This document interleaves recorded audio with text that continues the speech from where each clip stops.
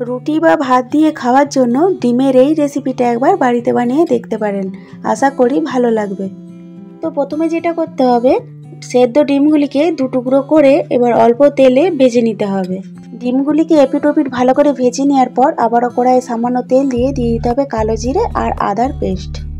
এরপর আলু, গাজর আর বিনস দিয়ে একটু নাড়াচাড়া করে ঢাকা দিয়ে দিতে হবে। তারপরে ঢাকা খুলে দিয়ে দিতে হবে ফুলকপি। বেশ কিছুক্ষণ সবজিগুলি নাড়াচাড়া করে ভেজে নেওয়ার পর এরপর দিয়ে দিতে হবে হলুদ গুঁড়ো, জিরে গুঁড়ো, ধনে গুঁড়ো আর পরিমাণ মতো লবণ। বেশ কিছুক্ষণ সবজিগুলিকে কষিয়ে নেওয়ার পর এরপর দিয়ে দিতে হবে পরিমাণ মতো জল। আবারও কিছুক্ষণ ঢাকা দিয়ে ফুটিয়ে নেওয়ার পর দিয়ে দিতে হবে সবুজ মটর। এরপর একটা পেস্ট বানাতে হবে, তাতে দিতে হবে পোস্ত, চারমগজ, কাজু আর কাঁচা লঙ্কা। সবজিগুলি ভালোভাবে সেদ্ধ হয়ে গেলে কাজু, পোস্ত, চারমগজ আর কাঁচা লঙ্কার পেস্ট দিয়ে একটু নাড়াচাড়া করে নিতে হবে। এরপর দিয়ে দিতে হবে আগের থেকে ভেজে রাখা ডিম।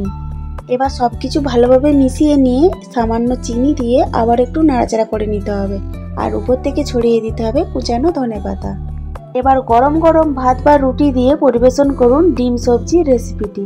তো বন্ধুরা, আজকের এই রেসিপিটি আপনাদের কেমন লাগলো অবশ্যই কমেন্ট বক্সে কমেন্ট করে জানাবেন।